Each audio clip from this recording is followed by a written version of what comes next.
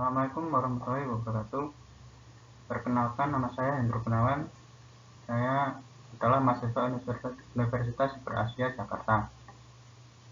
Kali ini saya akan membahas tentang UTS yang merupakan kelanjutan dari tugas 1. Langsung saja kita mulai.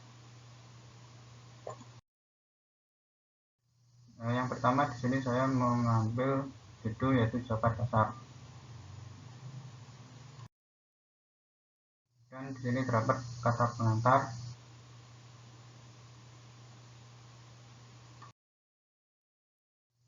dan daftar isi. Kemudian yang pertama di sini yang perlu kita bahas yaitu persiapan. Peralatan yang diperlukan pada pelatihan Java dasar ini yaitu diantaranya Java Development Kit, Java Runtime Environment, NetBeans IDE versi 6.9 ke atas, seperti Notepad, Notepad++, atau yang lainnya. Kemudian ada Java Development Kit. Java Development Kit merupakan perangkat lunak yang digunakan untuk melakukan proses kompilasi dari kode Java menjadi bytecode. Dan untuk menurut Java Development Kit ini sudah ada alamatnya yaitu di www.oracle.com. Dan ada Java Runtime Environment dan NetBeans IDE. Di sini Java mendukung bahasa pemrograman seperti PHP, bahasa C, C++, Ruby, Groovy, dan Python. Dan dasar-dasar bahasa pemrograman Java. Ada pemrograman Hello World seperti ini bentuk itunya, source kodenya. Jika dikompil maka hasilnya adalah seperti ini. Ada tulisan seperti ada tulisan Hello World.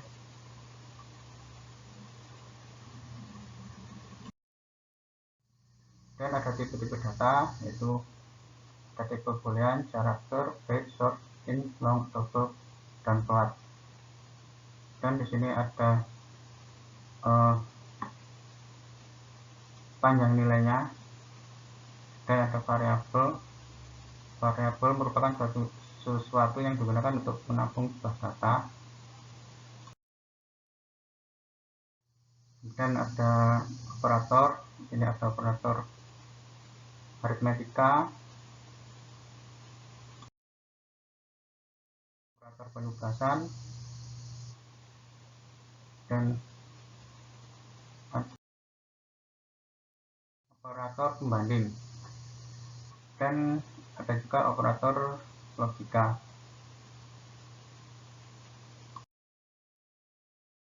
Kemudian di sini juga dijelaskan tentang percabangan, yaitu ada percabangan if, else,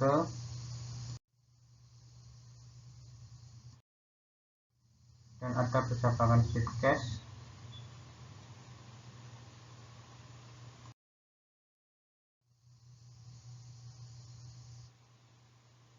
Misalkan ini ada program, misalkan kita running, maka hasilnya adalah seperti ini. Yang muncul nanti adalah bukan hari libur.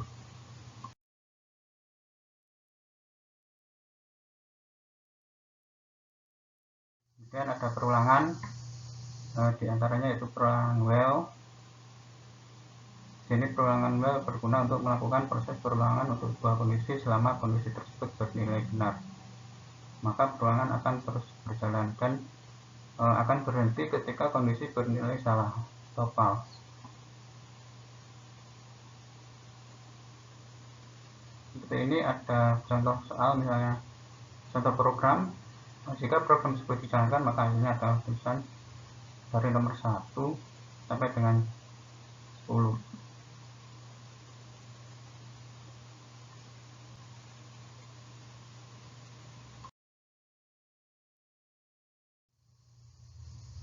Kemudian ada perulangan do while. Seperti ini ada contohnya. Program tersebut dijalankan maka akan menghasilkan keluaran 100. Artinya walaupun kondisi salah, namun minimal isi instruksi akan dijalankan sekali. Hal ini dikarenakan proses duel berbeda dengan while, di mana duel pertama melakukan instruksi baru mengecek kondisi, sedangkan while pertama mengecek kondisi baru melakukan kondisi. Dan perulangan for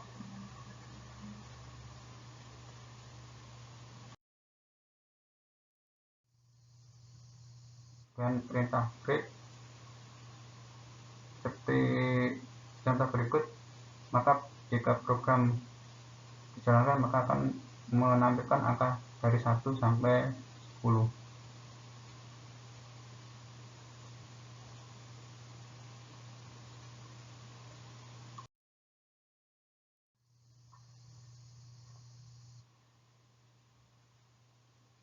Kemudian perintah continue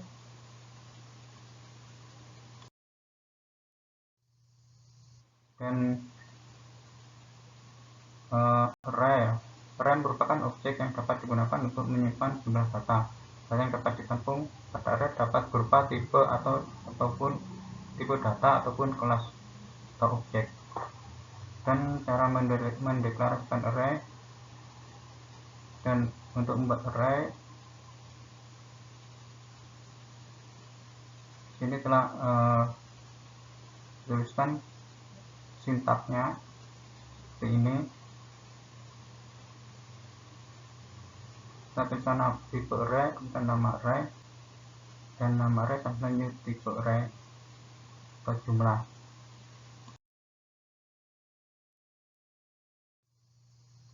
Dan manipulasi data dalam array. Di sini array dimulai dari angka 0. Artinya di sini data ke 1 dapat diakses menggunakan indeks 0 dan seterusnya. Dan untuk melakukan proses manipulasi data dalam array menggunakan indeks dapat digunakan dengan perintah yaitu nama array dalam kurung indeks. Misalnya seperti contoh program berikut ini.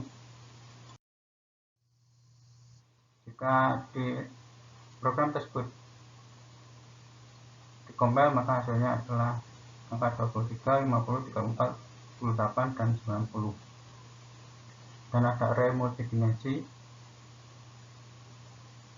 Dan program selanjutnya itu pemrograman berorientasi objek atau PBO. Pemrograman berorientasi objek merupakan pemrograman yang menjadikan objek sebagai komponen utama dalam sistem.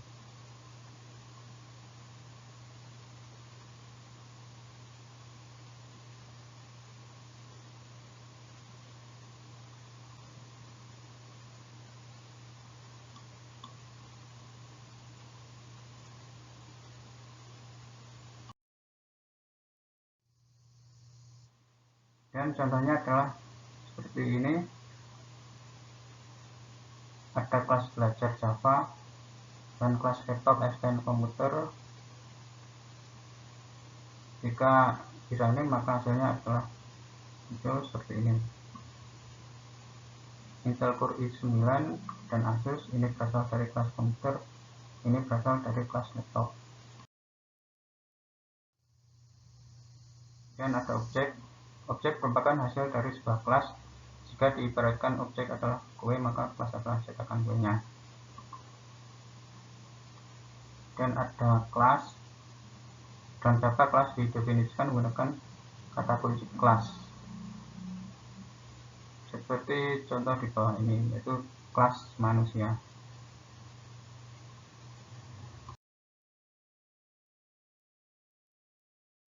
Oke. Metode ada dua buah metode, yaitu fungsi dan prosedur. Dan ada parameter.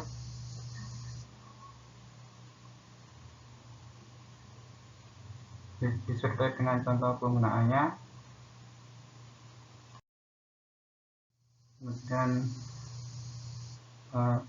ada sebuah contoh dari metode, yaitu dari kelas manusia.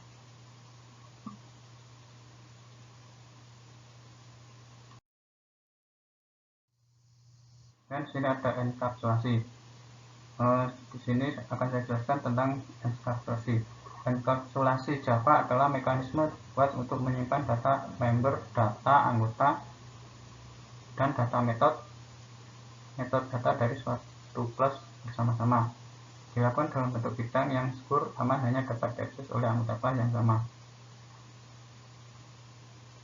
Di sini ada manfaat enkapsulasi Java. Di antaranya adalah seperti ini.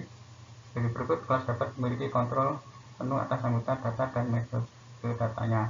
Kelas akan mempertahankan anggota data dan metodenya sebagai hanya baca. Penyembunyian data mencegah guna dari implementasi kompleks dalam kode. Dan variabel kelas dapat read only atau write only sesuai kebutuhan programmer. Dan manfaat berikutnya yaitu enkapsulasi di Java menyediakan opsi untuk dapat digunakan kembali kode. Dan menggunakan enkapsulasi akan membantu dalam melakukan perubahan pada kode yang ada dengan cepat. Dan unit pengujian kode yang dirancang menggunakan enkapsulasi adalah dasar. Dan standar IDE memiliki dukungan getter dan setter. Ini membuat pengertian lebih cepat. Berikut adalah source code untuk kelas encapsulation 1 untuk menampilkan nama produsen seperti yang dilihat pada gambar di bawah ini.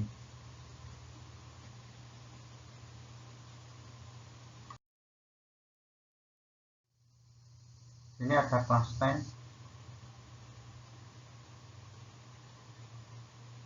Saya diminta untuk menampilkan bagaimana cara menampilkan nama produsen dari tank tersebut. Di sini ada array, yaitu arraynya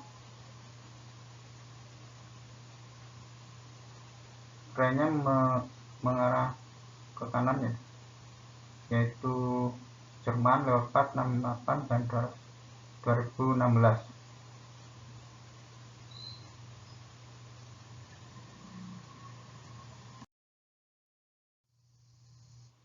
Dan ini ada tahun produksi, kapasitas berat tempur dan tahun produksi. Tahun produksi lebih besar dari 2014 dengan jumlah penumpang lebih kecil dari 5.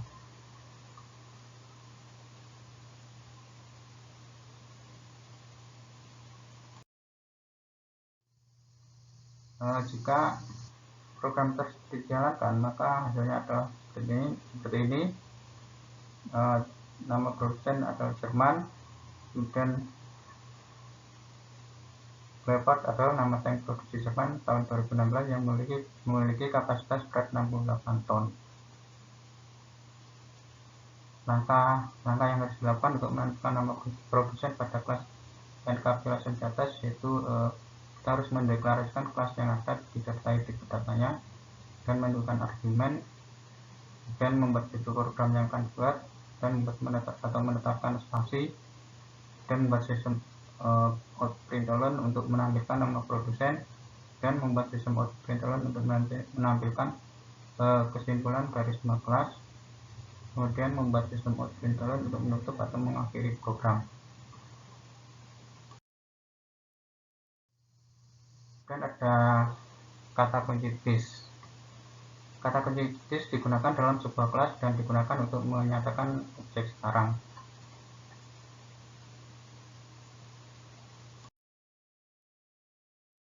Dan visibilitas private dan public. Di sini ada 4 buah visibilitas yang digunakan, yaitu private, public, protected, dan default. Jika kita menggunakan private, maka hanya dapat diakses oleh kelas itu sendiri. Jika public, maka dapat diakses oleh seluruh kelas. Jika protected, maka hanya dapat diakses oleh kelas itu sendiri dan kelas turunannya. Dan jika default, maka hanya dapat diakses oleh kelas-kelas yang berada pada satu paket.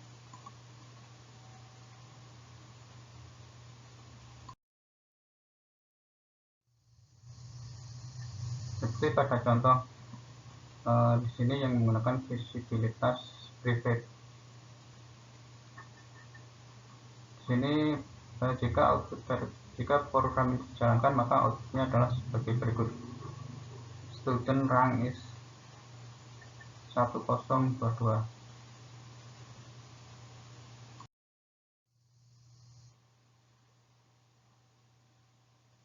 Kemudian jika visibilitasnya publik, maka contohnya seperti pada program di bawah ini. Maka jika di running atau di compile, maka hasilnya adalah I have a vehicle, it has 4 tires.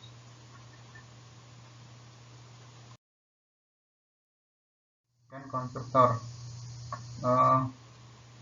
Konstruktor merupakan metode yang secara otomatis dipanggil ketika sebuah objek dipanggil, yakni pada proses instansiasi. Contoh kode program pembuatan konstruktor yaitu seperti pada program di ini, kelas laptop. Kelas laptop memiliki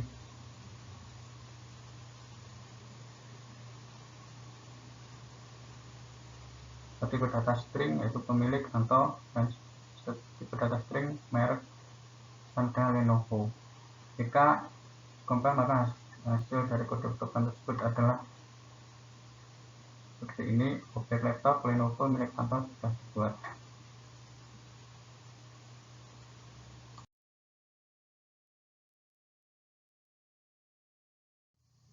Dan sini ada overloading konstruktor. Di sini contohnya ada kelas overloading, dan jika program di running, maka hasilnya akan seperti ini. Dan ada overloading metode.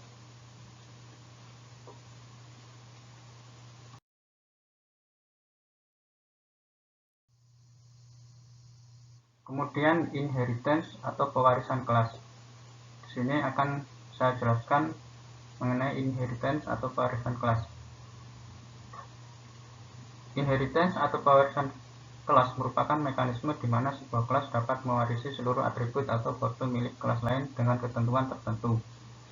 Inheritance atau pewarisan bisa juga diartikan sebagai konsep OOP, di mana sebuah kelas dapat menurunkan properti dan metode yang dimilikinya kepada kelas lain. Konsep inheritance atau pewarisan dipakai untuk memanfaatkan fitur kode reuse, yakni menghindari terjadinya duplikasi kode program. Dalam bahasa Indonesia, inheritance ini disebut juga sebagai pewarisan atau penurunan. Konsep inheritance membuat sebuah struktur atau hierarki kelas dalam kode program. Kelas yang akan diturunkan bisa disebut sebagai kelas induk atau parent class, kemudian superclass atau base class. Sedangkan kelas yang menerima penurunan bisa disebut sebagai kelas anak atau seed class, subclass, derivate class atau heir class.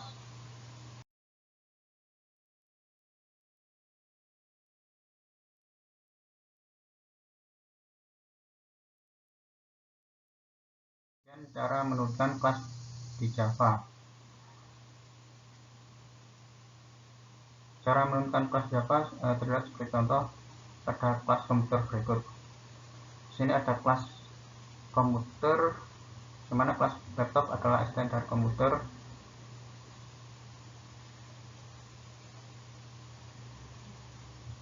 Perhatikan perintah di baris kelima. Itulah cara menurunkan kelas komputer pada kelas laptop, yakni dengan cara menulis perintah extend. Diikuti nama parent class yang ingin kita turunkan.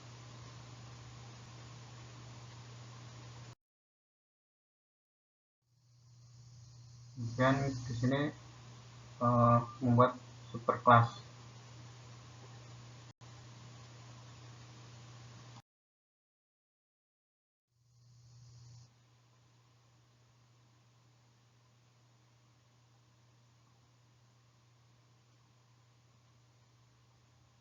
Dapat dilihat bahwa baris 22 di kelas dosen, variabel nama dan umur dapat digunakan tanpa dideklarasikan kembali di kelas dosen.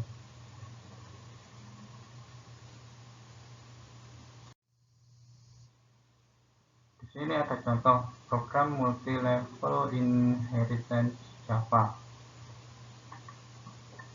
Di sini ada kelas inheritance, di mana ada kelas universitas juga dengan tipe data-datanya, universitas, nama, NIM, jurusan, kelas, dan umur.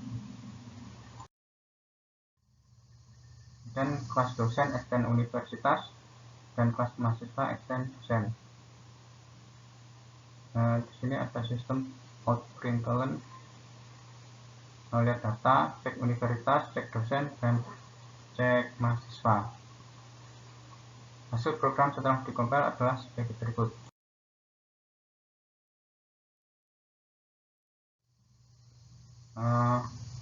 Nama Hendro Gunawan, NIM 2004-01-07-2103, usia 41 tahun, adalah mahasiswa jurusan Teknik Informatika di kelas IT 31 Universitas Hyper Jakarta, dengan dosen mata kuliah pemrograman berorientasi objek Bapak Catur Nugroho S.Com.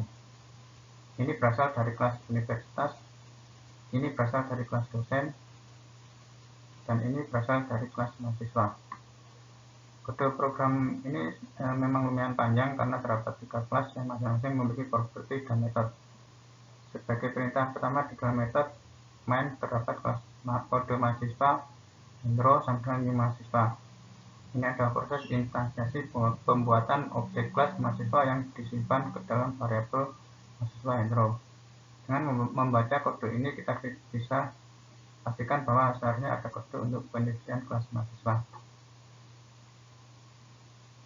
Dan setelah proses instansiasi terdapat kode sistem out println, yaitu mahasiswa Hendro.lihat data. Maka kita akan lihat apa isi dari metode lihat data yang terdapat di dalam kelas mahasiswa. Kemudian penelitian kelas dosen ada di baris 15-21. Baris awal juga terdapat bahwa kelas ini ternyata kelas mahasiswa adalah turunan dari kelas dosen. Maka metode lihat data bisa saja ada di dalam kelas ini atau parent kelasnya.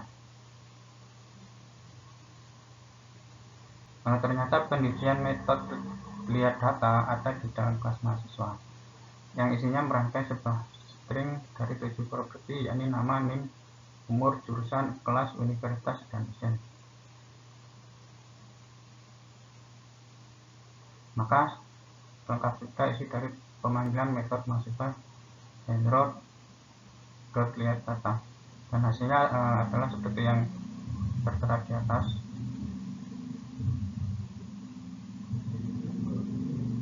Kemudian visibilitas protektif.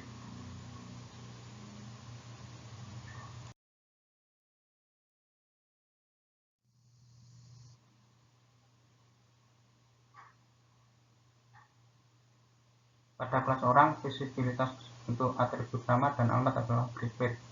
Artinya hanya kelas orang tersebut yang dapat mengakses atribut tersebut, walaupun kelas pegawai merupakan turunan dari kelas orang.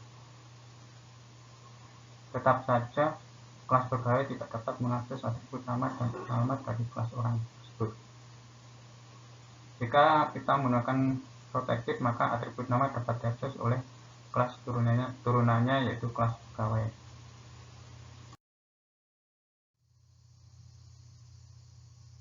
Contoh program adalah seperti ini.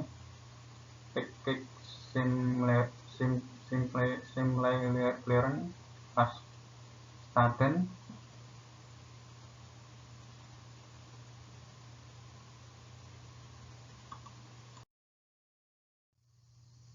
Nah, setelah kita compile maka hasil programnya adalah berikut. Hello, I'm a computer science and engineering technology student. Selanjutnya adalah overriding. Overriding tidak sama dengan overloading. Overriding merupakan mekanisme di mana sebuah metode dapat dideklarasikan ulang pada kelas turunannya. Misalnya di sini ada kelas bayi dan dewasa. Pada kelas bayi tersebut terdapat metode lari. Maka hasilnya adalah tidak bisa. Artinya metode lari yang dipanggil sebenarnya milik kelas yang dikasihnya tidak dapat berlari. Maka jika program test dijalankan kembali, maka keluarannya pasti lari. Artinya metode lari milik kelas dewasa yang dipanggil. Dan di sini ada kata kunci super. Kata kunci super merupakan kata kunci yang digunakan untuk mengakses kelas parent yang diturunkan. Misalnya jika kita menggunakan kata kunci super pada kelas dewasa, artinya super tersebut merujuk pada kelas bayi.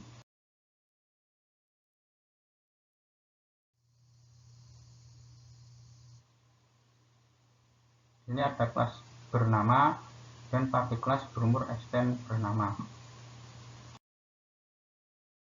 Dan ada kata kunci final. Kata kunci final merupakan kata kunci yang dapat digunakan untuk menandai bahwa suatu atribut, metode atau kelas sudah final, artinya tidak dapat diubah lagi.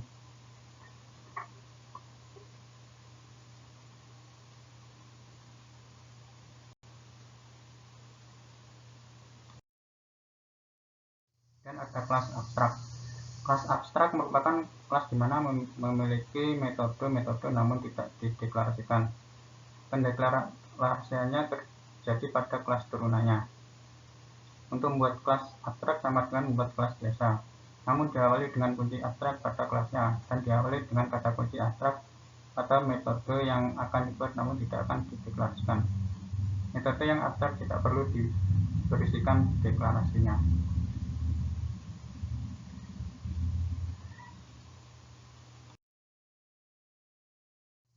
Dan sini polimorfisme. Polimorfisme merupakan kemampuan untuk sebuah kelas memiliki banyak kelas turunan.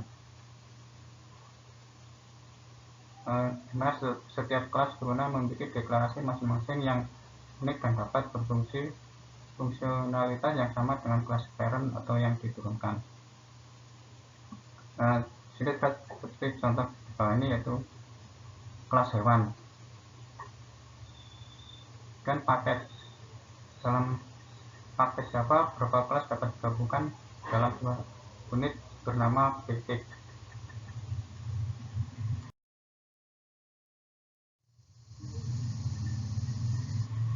Kemudian ada visibility default.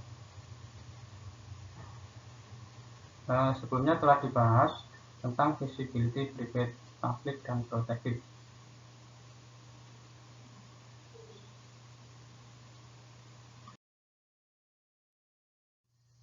Dan interface merupakan mekanisme di mana kita dapat menentukan metode-metode yang harus ada pada kelas. Interface hampir mirip dengan kelas abstrak, namun ada beberapa perbedaan pada interface dan kelas abstrak.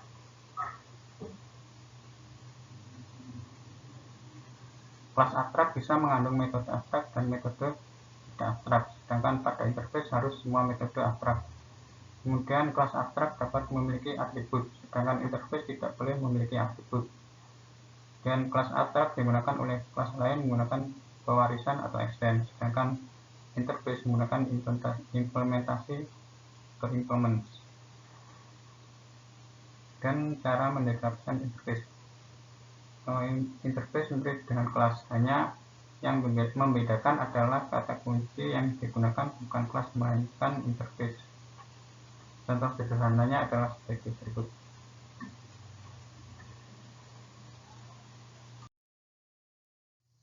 Dan ada pewarisan atau pewarisan interface.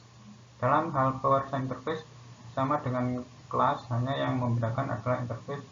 Pada interface dapat mewarisi lebih dari satu interface, sedangkan kelas hanya dapat mewarisi satu kelas. Dan di sini ada cara penggunaan interface.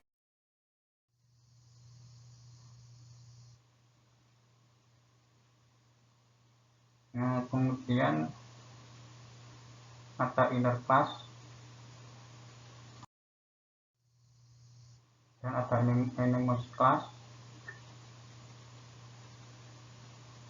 Kelas animus merupakan kelas yang dideklarasikan tanda nama. Biasanya kelas ini dibuat ketika mendeklarasikan sebuah variabel, seperti terlihat pada contoh berikut ini.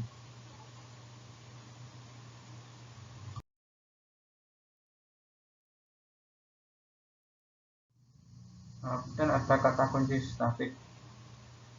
Kata kunci statik sebenarnya merupakan penyelewengan dari konsep pemrograman berorientasi objek. Misal pada package aplikasi program yaitu kelas fungsi matematika berikut.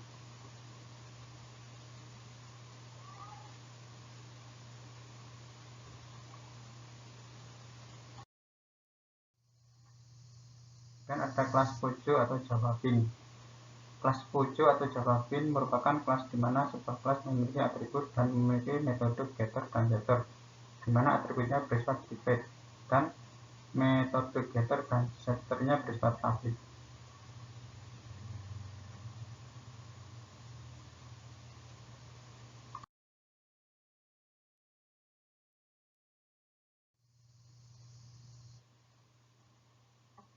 Seperti pada contoh di bawah ini, mahasiswa yang memiliki NIM, nama, dan alamat.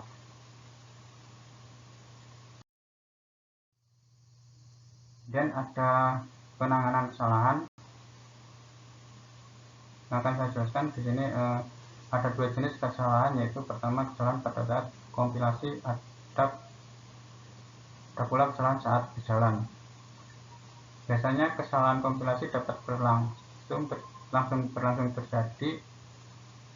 langsung terjadi ketika proses kompilasi, sehingga proses kompilasi akan dibatalkan. Namun jika kesalahannya tersebut adalah kesalahan saat berjalan, maka program akan berhasil berjalan. Namun saat kesalahan tersebut terjadi, maka program akan menjadi error. Ini contohnya, yaitu seperti kelas Java exception handling.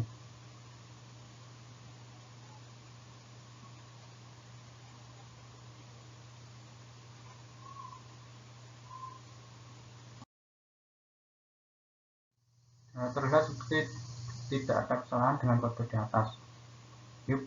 Dan kode di atas pun dapat dikompil dengan baik. Namun saat program tersebut dijalankan akan terjadi error, yaitu error karena salah memasukkan tipe data pada baris ke-31, di mana seharusnya tipe data yang digunakan adalah string, bukan integer, sehingga program saat dikompil menghasilkan output exception main java.until.input mismatch exception (2) for input string (2) 0812596408115 seperti tampak pada gambar di ini.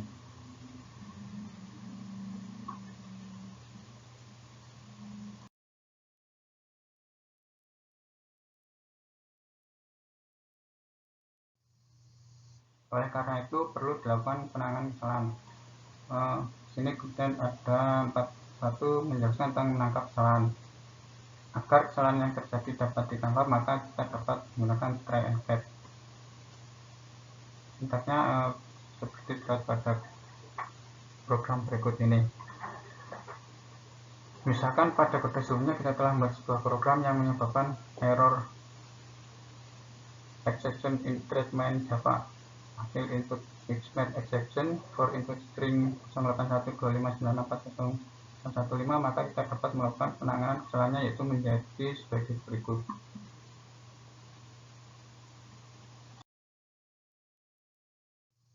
Kita tinggal menambahkan try and catch pada baris ke-33 dan 38. Kemudian menambahkan keterangan pada baris ke-40 dengan mengetikkan maaf tipe data yang Anda masukkan salah, sehingga hasilnya jika dikompil adalah sebagai berikut. Di sini terdapat keterangan maaf tipe data yang Anda masukkan salah, dan program dapat kembali berjalan dengan normal. Dan penanganan secara bersingkat. Try catch di sini dapat juga ditangani oleh beberapa kelas exception seperti berikut. Try catch di mana cache-nya terdiri dari 3 tingkatan.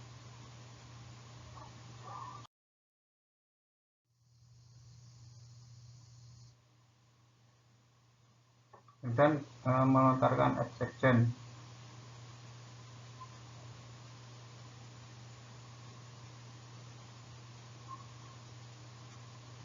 Untuk melontarkan kesalahan ini kita harus menggunakan kunci throw dan metode yang memungkinkan melontarkan kesalahan harus memiliki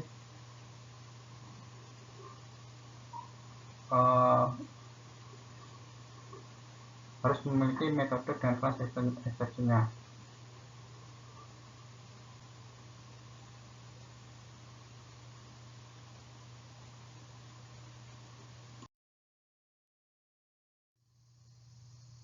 Kemudian buat kelas exception.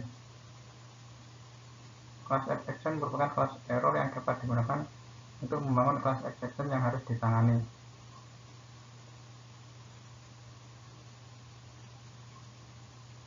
Dan buat kelas runtime exception,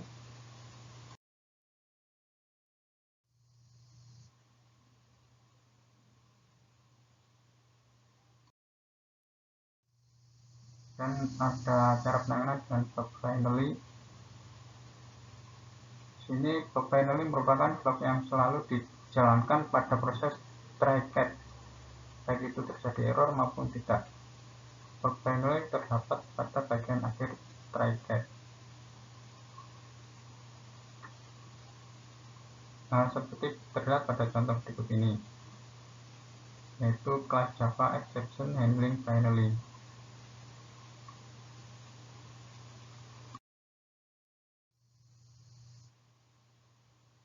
Di sini kita tinggal menambahkan pada baris 32 yaitu try, 37 catch, dan 40 finally, dan keterangan maaf terjadi kesalahan. Dan pada baris ke-41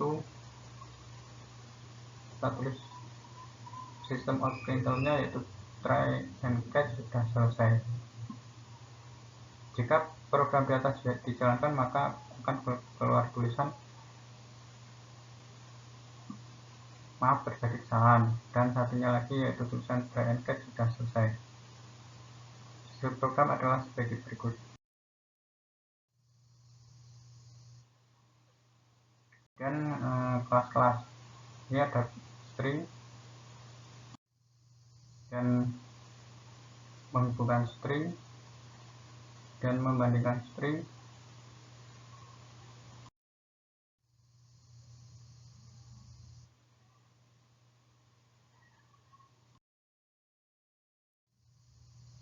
ada date merupakan presentasi untuk tunggal dalam Java. Kelas date berada pada paket Java detail, contoh buat tanggal sekarang.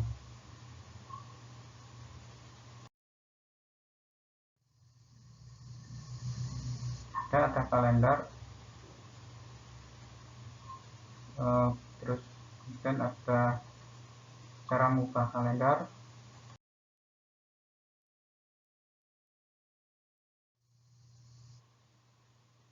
dan ada set kalender dan perintah-perintahnya,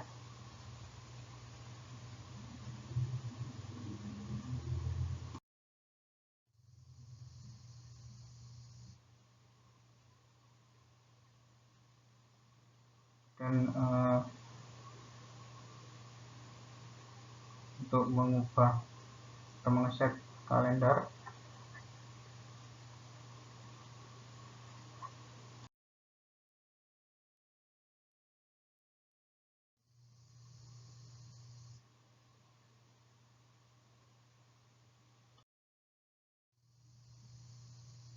dan yang terakhir ada tentang penulis atau data-data penulis.